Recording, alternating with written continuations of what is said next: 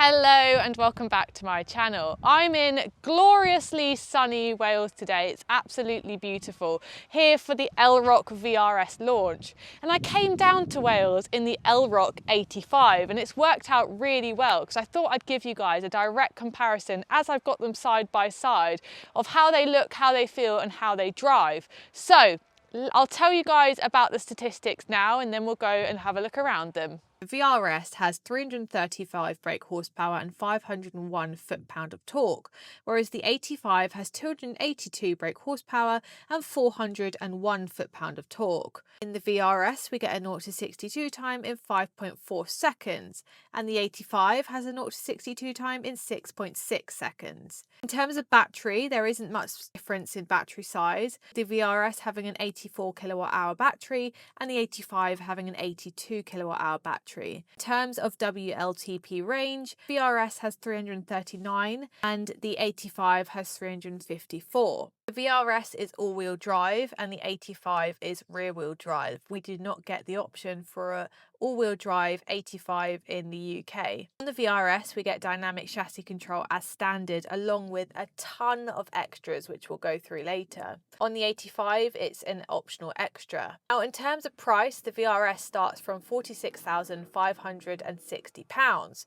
Now, the 85 starts from £38,660, but this one is a whopping £47,140. It's got a lot of optional extras and that kind of justifies the price, but I'm going to let you guys think what has the best value for money by the end of the video. So visually you can tell there's quite a lot of difference. The VRS already looks a lot sportier. So what has changed between these two models? We have black roof rails and also the black theme that runs throughout. We've got the bumper, which is a sports bumper, which has colour matching as well, which looks really smart. We have the VRS badges on the side, and on both we have these lovely LED matrix headlights, which are eyelash effect, they say, and they're quite cool. They have different sort of light ups upon entry and exiting the vehicle, but we also have this extra light effect here for the sportier VRS.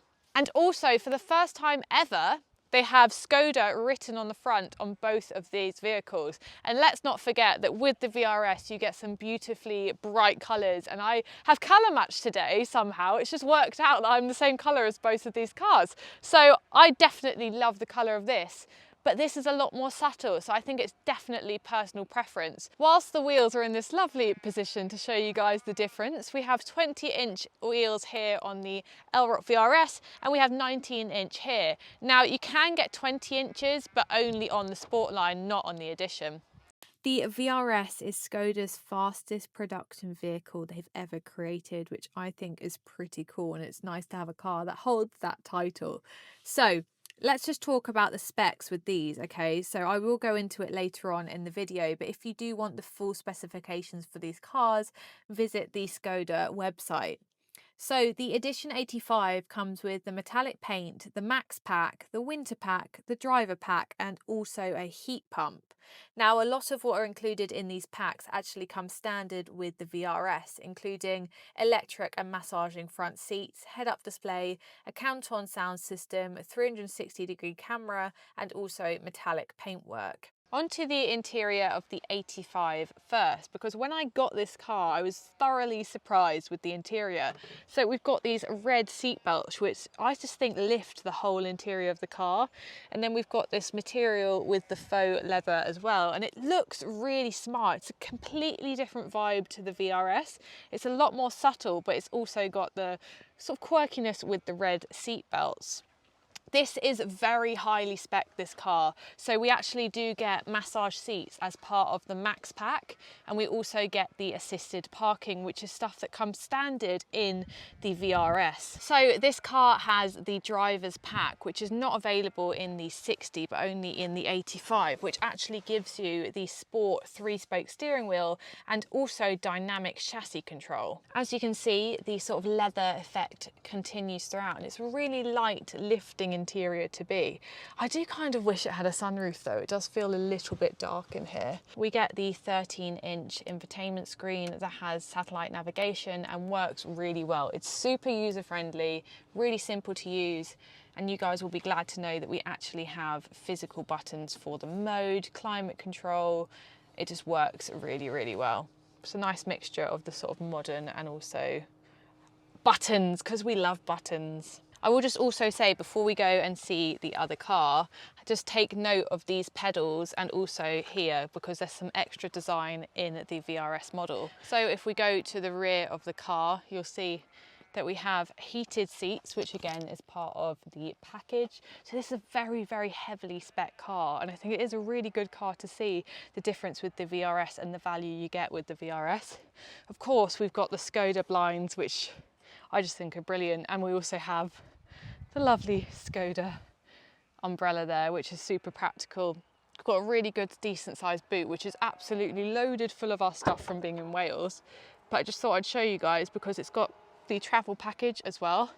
So this, you get this extra sort of shelf here and then some extra boot liners as well, which work really well. And it's really good. There's a lot of stuff in this boot. So it's a great little car.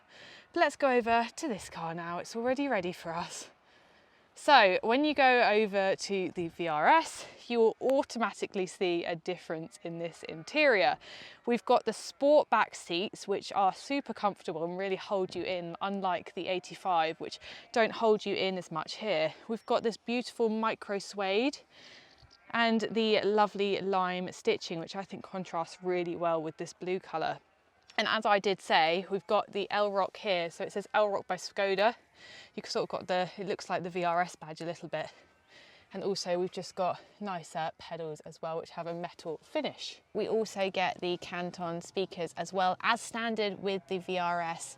And we get this sort of lovely carbon fibre effect here as well with the micro suede that continues throughout. Now it's a lot darker in this interior, as you can see from the back here. It's a very sporty place to be, but it's not as bright as the other interior. It's definitely down to personal preference on these interiors. I do think I prefer these, but I do really appreciate the 85 as well. I love those red seat belts. We've got the same steering wheel here, the sport steering wheel with the lime green stitching, which is really smart, and the VRS badge as well here. And the 13-inch screen, which is the same as in the other car, and the suede, which is lovely, and also this carbon fibre effect as well that runs throughout. It's a really, really sporty place to be. It's just such a different vibe.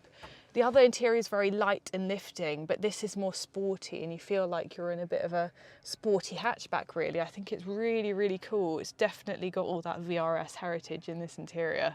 I just thought these were quite cool. V mints for the launch. It's quite good fun. V fruits. Cute. Anyway, back to it.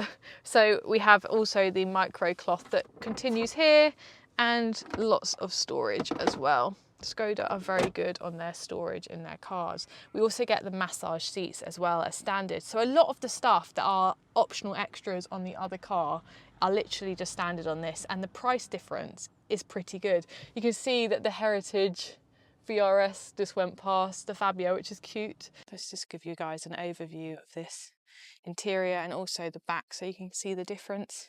The back of the seats are super sporty. I love this shape. And then we have the interior here, and we have heated seats in the back as well. The rear, the boot, is also got the sort of travel pack in it as well. This isn't as lovely and organised as the other one. But you've got a space for your chargers here, which is always really handy. We've got the little space here and also extra compartments as well in the boot. Time for the all-important drive in beautiful Wales. These are some of the best driving roads, and it's a great place to test out these two cars. Already you can see the lovely red seat belts, which is not contrasting very nicely with my blue top, I must say. So this car still has a pretty impressive 0 to 62. I feel like electric cars need better 0 to 62 stats than combustion engines, because it's just that instant power and that's all you've sort of got. You don't have the whole changing up of the gears. This has enough power. It doesn't feel slow and it's quite good fun to drive, but it just feels quite soft. It doesn't feel sharp. It doesn't feel sporty. It feels like a good daily that has a bit of performance. So this obviously has the dynamic chassis control as well, which has the 15 different modes. And I feel a bit spoiled at the fact that both cars have it, because I haven't driven a car without the dynamic chassis control. So for me, this car drives fantastically. It's really, really smooth on the road, really comfortable, but also you can sharpen it up and get that sporty suspension as well, which is really nice. So I will also note that the 85 in the UK doesn't get all-wheel drive, so this is just rear-wheel drive. And when I first got in it, I will admit that I hadn't done the research on it and didn't realise that, and I actually thought that this was an all-wheel drive car because it doesn't feel like a rear-wheel drive car. It feels really, really planted on the road. It really surprised me. I've been on some sort of ruggedy roads and pulling out, and it's just handled it really well. I think as a daily, this is a fantastic car. It will get you anywhere. I will also say that these seats don't really hug you in that well. I feel quite like I'm rocking about a lot, whereas the other car has those sports seats that hug you in and automatically feel more in control of the car. It's good round corners, but you can feel that body roll a little bit. It's not a sporty car. It's a car that's got performance and dynamic chassis control. So it's a really nice daily driver, but I am definitely looking forward to trying the VRS and seeing if it actually does make a difference. Okay, it's time to now try the VRS. And you know what? I'm going to stick it straight into sport mode and just pull off and get my first reaction after driving the 85.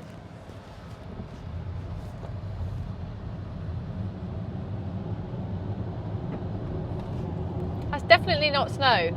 That grips to the road. It's got that instant sort of boost of power. Oh. Okay, so straight down in a flat line, I didn't feel that much difference. But putting my foot down, that boost of power, I can definitely feel a difference there. And I guess that's what you'll be doing most of the time in this car. You'll be overtaking a cyclist and you're good to go. I think that if I had sunglasses on my head, they'd probably fall off right now. This car as a whole, just being in it, it feels so sporty with this lovely interior as well. It's a really nice place to be. And with the all-wheel drive and also the second motor as well, it really, really grips to the road. Not that the other car doesn't, because it did surprise me as well. It drives really well, but this has definitely just got that extra bit of power. That extra second just makes that little bit of a difference, and it just makes it feel more sporty and more engaging. Because as a petrol head, I do find it difficult sometimes to engage with electric cars. But this, going down all these roads in Wales, if I want to put my foot down, I'm gone. It just feels sporty, it feels responsive, it's nice to drive. We have the dynamic chassis control, which you get in the other car I've got because it's spec'd, as I said earlier. So I feel like I can't really judge the dynamic chassis because I've been so lucky to have it on both cars and they've both been so comfortable. So it's got 15 different modes that you can change with the dynamic chassis, from comfort to sport, all the different settings. And it's so great to have that experience, because a lot of these dynamic chassis controls, they literally, it's like you turn it on and it's done.